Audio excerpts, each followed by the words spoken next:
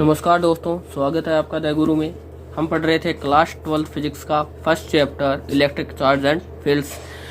पिछले वीडियो में हमने आवेशों की निकाय के कारण विद्युत क्षेत्र ज्ञात कर लिया था, साथ में विद्युत क्षेत्र रेखाओं के बारे में डिस्कस कर लिया था और इसी के साथ हमने विद्युत क्षेत्र रेखाओं के कुछ गुणधर्म भी पढ़ लिए थे।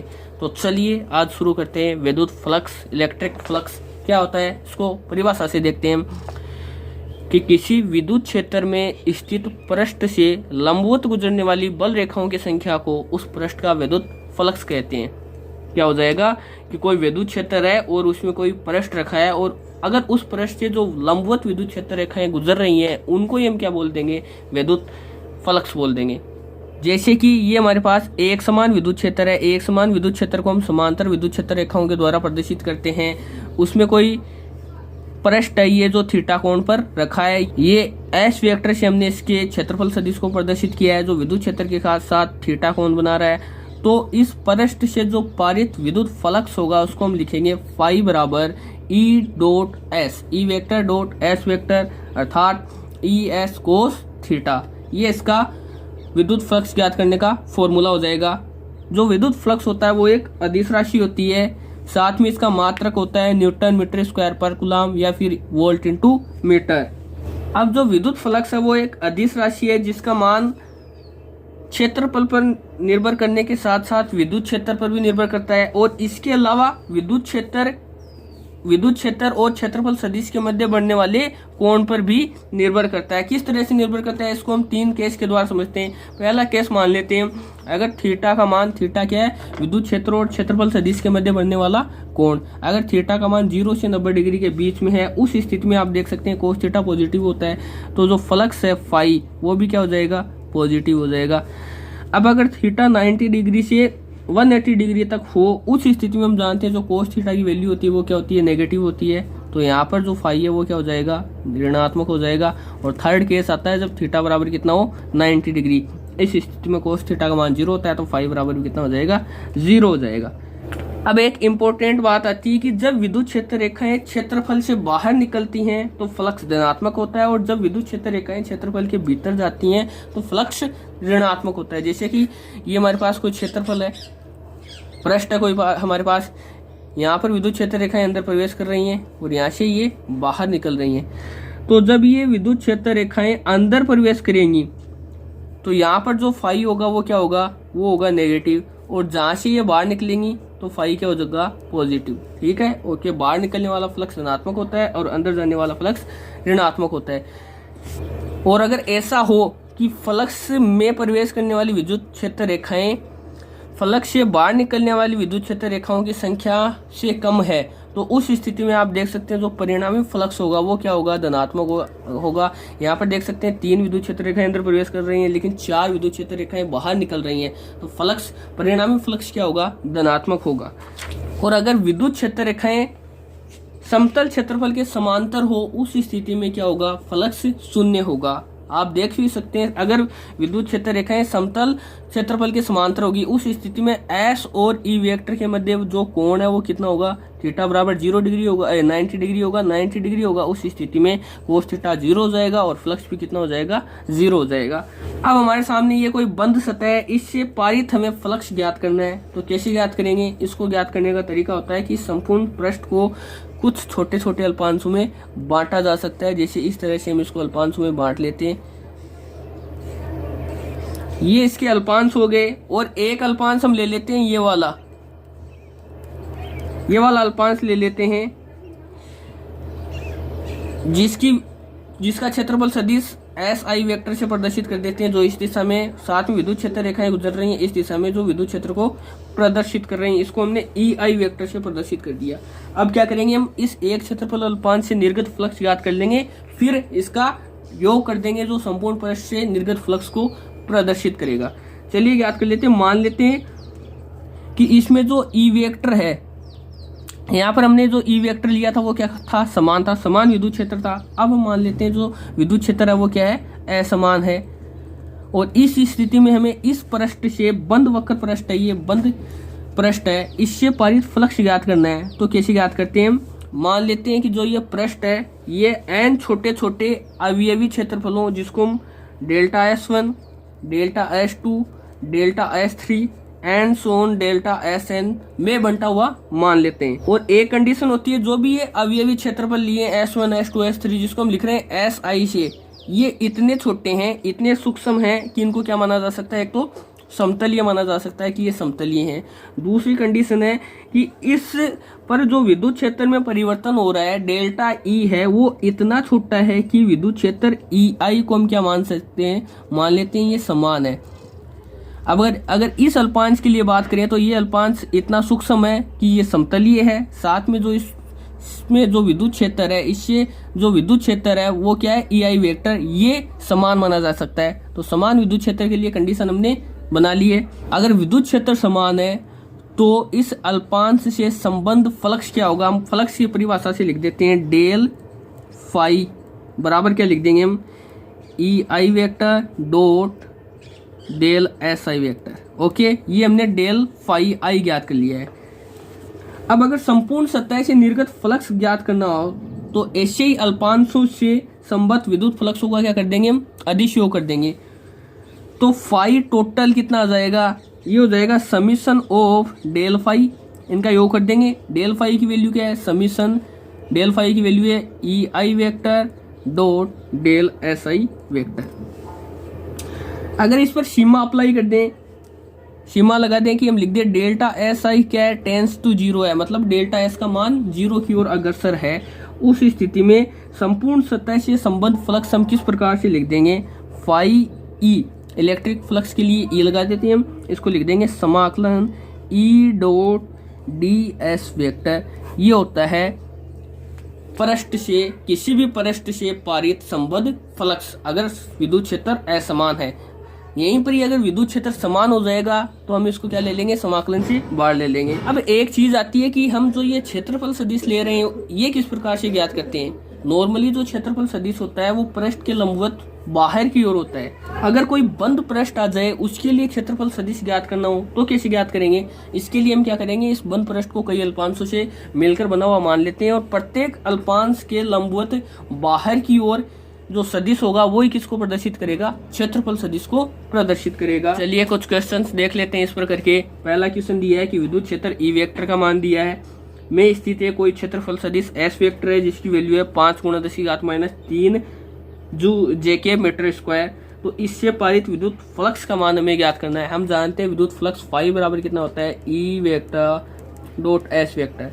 चलिए इनका मान रख देते हैं। E वेक्टर का मान है 200I cap plus 300 J cap dot S का मान है 5 × 10⁻³ J कैप। ओके, तो ये आ जाएगा कितना, I कैप है नहीं तो ये कितना हो जाएगा 200I 0 प्लस 300 × 5 ही हो जाएगा 1500 × 10⁻³ J cap dot J cap 1 हो जाता है। तो ये आ जाएगा 1500 × 10⁻³ को हम लिख देंगे 1.5 और फाई का मात्रक होता है वोल्ट इंटू मीटर। चलिए ये आ गया अपना विद्युत फ्लक्स। अगला क्वेश्चन है, कोई समान विद्युत क्षेत्र E वेक्टर है जिसमें 3 पृष्ठ रखे हुए हैं जिनको हमने 1 2 3 नाम रख दिया है। तीनों वर्ताकार हैं जिनकी त्रिज्या R है। तो इनसे पारित फ्लक्स हमें ज्ञात करना है। पहले पृष्ठ के लिए हम φ1 ज्ञात कर लेते हैं। φ1 हम लिख देंगे E डॉट A, क्या लिखेंगे E dot S। Okay, E की वैल्यू E है, परिमाण E है, साथ में इसका अगर वो निकालना हो, क्या निकालना हो, क्षेत्रफल निकालना हो, तो वर्त का क्षेत्रफल हम जानते हैं कितना होता है पाई R²। ओके, साथ में आप देख सकते हैं क्षेत्रफल सदिश और विद्युत क्षेत्र के बीच कोण कितना है 0 डिग्री, तो हम लिख देंगे cos 0। तो φ1 आ जाएगा E इंटू पाई R²। φ2 हम ज्ञात कर लेते हैं। φ2 क्या हो जाएगा E डॉट S, E का मान E है, S पाई R² हो जाएगा। और आप यहाँ पर आप देख सकते हैं क्षेत्रफल सदिश और विद्युत क्षेत्र के बीच कोण कितना है 90 डिग्री, तो cos 90 0 हो जाएगा, तो φ2 आ जाएगा 0। φ3 हम ज्ञात कर लेते हैं। φ3 बराबर E डॉट S बराबर, यहाँ पर ये कोण दिया है कि जो क्षेत्रफल सदिश n कैप है और विद्युत क्षेत्र इसके बीच में कोण दिया है थीटा, तो इसका जो ऊर्ध्वाधर घटक हो जाएगा वो क्या हो जाएगा S कोस थीटा। तो ये हो जाएगा E S cos theta. S का मान है पाई R² इंटू कोस थीटा। ये हमने तीनों पृष्ठों से पारित विद्युत फ्लक्स ज्ञात कर लिया है। अगला क्वेश्चन है हमारे पास कि एक समान विद्युत क्षेत्र E वेक्टर है ये, इसमें कोई बेलन इस प्रकार स्थित है, इसकी अक्ष विद्युत क्षेत्र के अनुदिश है, ये अक्ष इसकी विद्युत क्षेत्र के अनुदिश है।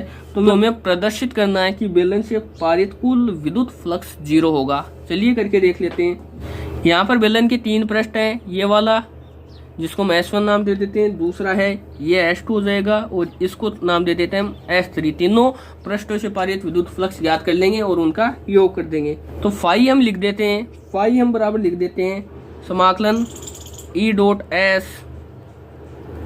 ds vector for S1 plus समाकलन E dot ds vector for S2 plus समाकलन E dot ds vector for S3। चलिए ज्ञात कर लेते हैं। S1 के लिए बात करें तो आप देख सकते हैं यहाँ पर विद्युत क्षेत्र की दिशा इस दिशा में और जो ds है उसकी दिशा भी इसी दिशा में होगी। तो यहाँ पर E और ds के मध्य कोण कितना है, थीटा यहाँ पर है 0 डिग्री। S2 के लिए देख लो आप, S2 के लिए विद्युत क्षेत्र इस दिशा में और ds की दिशा इस दिशा में, तो यहाँ पर थीटा बराबर कितना है 180 डिग्री। S3 के लिए विद्युत क्षेत्र इस दिशा में, ds इस दिशा में, यहाँ पर थीटा कितना है 90 डिग्री। चलिए मान रख देते हैं और हल करते हैं इसको। 5 बराबर कितना आ जाएगा E ds cos 0 for S1 plus E ds cos 180 for S2 plus E ds cos 90 for S3। अब देख सकते हैं ये तो हो जाएगा 0। यहाँ पर ds की वैल्यू क्या है S1, तो ये हो जाएगा E S1। यहाँ पर cos 90 से ये हो जाएगा माइनस E और ds की वैल्यू हो जाएगी S2। आप देख सकते हैं क्षेत्रफल मान लेते हैं हम S1 बराबर S2, दोनों क्षेत्रफल बराबर होंगे बेलन के लिए, तो ये हो जाएगा 5 बराबर ES1 माइनस ES2, तो 5 बराबर 0। ओके, तो चलिए अब देख लेते हैं हम question of the day. Question हमारे सामने कोई आवेश Q है जिससे स्मॉल l दूरी पर कैपिटल R त्रिज्या का कोई वलय रखा है, तो वलय से पारित हमें फ्लक्स ज्ञात करना है। ये वाला कोण हमें दिया है थीटा, ये वाली दूरी है R, ये L, तो ये दूरी हो जाएगी √R² प्लस L²। हम जानते हैं जो बिंदुवत आवेश होता है उससे विद्युत क्षेत्र रेखाएं इस तरह से निकलती हैं बाहर की ओर त्रिज्यीय रूप से। तो जो विद्युत क्षेत्र रेखाएं होंगी वो वलय से किस प्रकार से पारित होंगी, यहाँ से लेकर यहाँ तक के क्षेत्र में ही वलय से पारित होंगी। तो हम इससे पारित फ्लक्स ज्ञात कर लेते हैं। मान लेते हैं वलय पर यहाँ पर स्थित कोई क्या है, यहाँ पर कोई अल्पांश मान लेते हैं और इस अल्पांश का बिंदु आवेश Q से कोण मान लेते हैं हम अल्फा। इसको थोड़ा अलग से प्रदर्शित करके दिखाता हूँ मैं आपको। ये अपना वलय है और यहाँ पर वलय का कोई अपने अल्पांश मान लिया है। यहाँ पर ये था कोई बिंदु आवेश Q, ये दूरी है L, ये दूरी है R और ये कोण हमने मान लिया है अल्फा। ये कोण कितना है अल्फा। और हम जानते हैं अल्पांश के लिए विद्युत फ्लक्स कितना होता है, हम डेल फाई बराबर लिखते हैं E dot ds vector. E है यहाँ पर है विद्युत क्षेत्र और ds क्या है अल्पांश का क्षेत्रफल। चलिए हम जानते हैं जो बिंदु आवेश होता है, बिंदु आवेश से विद्युत क्षेत्र क्या होता है KQ/R²। क्या होता है बिंदु आवेश से विद्युत क्षेत्र हम लिखते हैं KQ/R²। ओके, K की वैल्यू होती है 1/4πε0। Q है यहाँ पर स्मॉल q ही है, R² मतलब दोनों के बीच की दूरी। ये दूरी कितनी है हमने R² प्लस L² का रूट, तो ये हो जाएगा √R² प्लस L² इसका होल स्क्वायर। ओके, अब हमें इस अल्पांश का क्षेत्रफल निकालना है। सॉरी, ये पूरा का पूरा अल्पांश है जिसकी हम त्रिज्या मान लेते हैं स्मॉल अक्ष, साथ में इस अल्पांश की मोटाई मान लेते हैं d अक्ष। तो यहाँ पर हो जाएगा √R² प्लस अक्ष स्क्वायर होगा, ये अक्ष होगा, सॉरी मिस्टेक से लिख दिया। अब अगर इस अल्पांश का क्षेत्रफल ज्ञात करना हो तो हम कैसे निकाल लेंगे, क्षेत्रफल ds हम क्या लिख देंगे, पहले तो इसकी परिधि ले लो, कितनी हो जाएगी 2π अक्ष और इसकी मोटाई से गुणा कर दो dx, तो ये क्या हो जाएगा इसका क्षेत्रफल। तो ds की वैल्यू क्या लिखेंगे हम 2π अक्ष इंटू dx, साथ में कोस थीटा होता है, यहाँ पर कौन क्या है अल्फा, तो हम क्या लिख देंगे कोस अल्फा। चलिए इसको थोड़ा हल कर लेते हैं हम। ये 2π से 4π कैंसिल 2 टाइम्स तो आगे लिख देंगे हम डेल फाई बराबर क्यू अपॉन 2 एप्सिलॉन नोट, ये बचा x d x upon r square plus x square into cos alpha.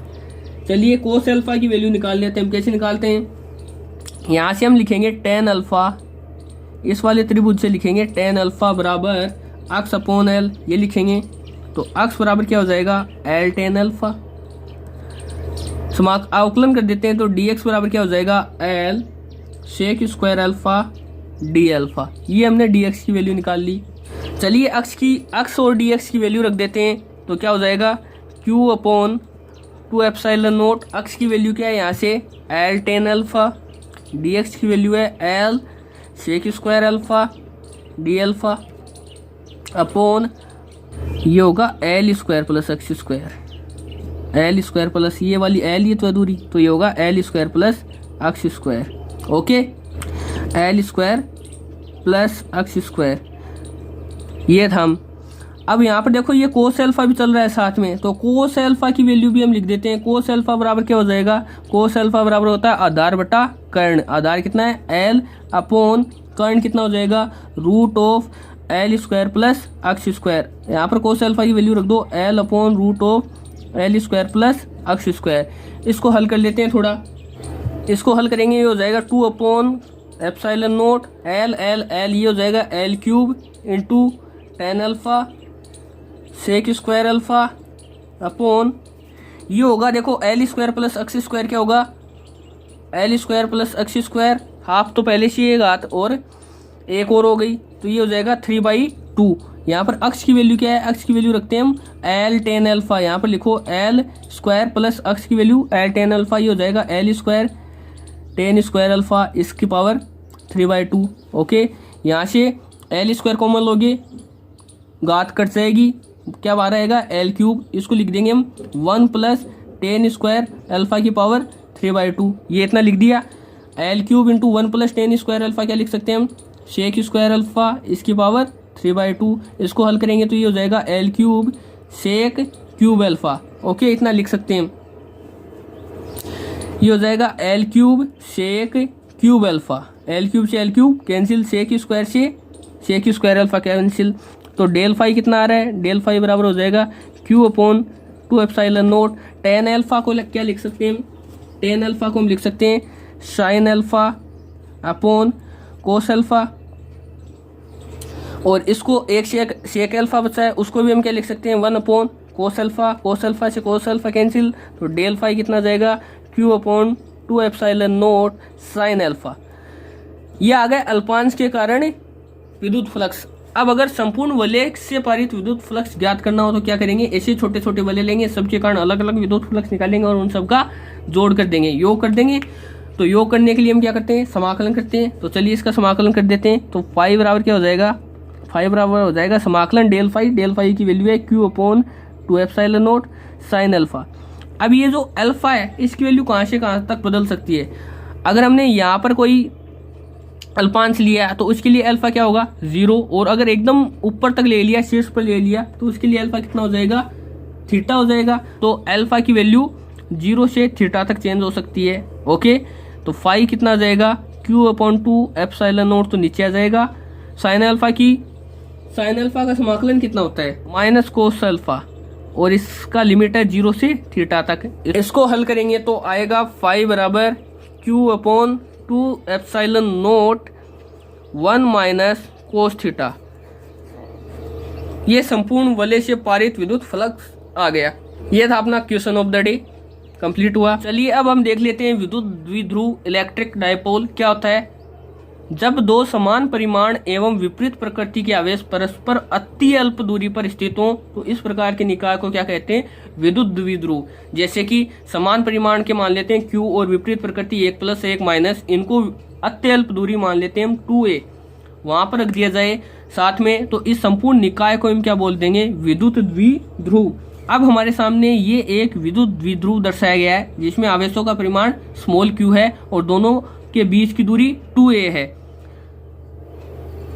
अब दोनों आवेशों के मध्य बिंदु को क्या बोलते हैं, इसका केंद्र बोलते हैं, तथा आवेशों को जो मिलाने वाली रेखा है इसको हम क्या बोल देते हैं अक्ष बोल देते हैं। और इस केंद्र से अक्ष के लंबवत जो रेखा खींचेंगे हम उसको बोल देते हैं इसका निरक्ष। ओके, अगली टर्म आती है हमारे पास विद्युत द्विध्रुव आघूर्ण। क्या होता है? विद्युत द्विध्रुव के किसी एक आवेश का परिमाण तथा उनके मध्य की दूरी के गुणनफल को हम कहते हैं विद्युत द्विध्रुव आघूर्ण। जैसे कोई भी एक आवेश ले लो, उसका परिमाण लेना है स्मॉल q और दोनों के बीच की दूरी कितनी है 2a, तो विद्युत द्विध्रुव आघूर्ण p वेक्टर बराबर क्या हो जाएगा q इंटू 2a वेक्टर। अब जो 2a वेक्टर होता है उसकी दिशा मानते हैं -q से +q की ओर, इसलिए जो विद्युत द्विध्रुव आघूर्ण होता है p वेक्टर उसकी दिशा भी किस ओर हो जाएगी -q से +q की ओर। इसका मात्रक होता है कूलाम इंटू मीटर। चलिए आज के लिए इतना ही, अगले वीडियो में फिर से मिलेंगे, तब तक के लिए पढ़ते रहिए, धन्यवाद।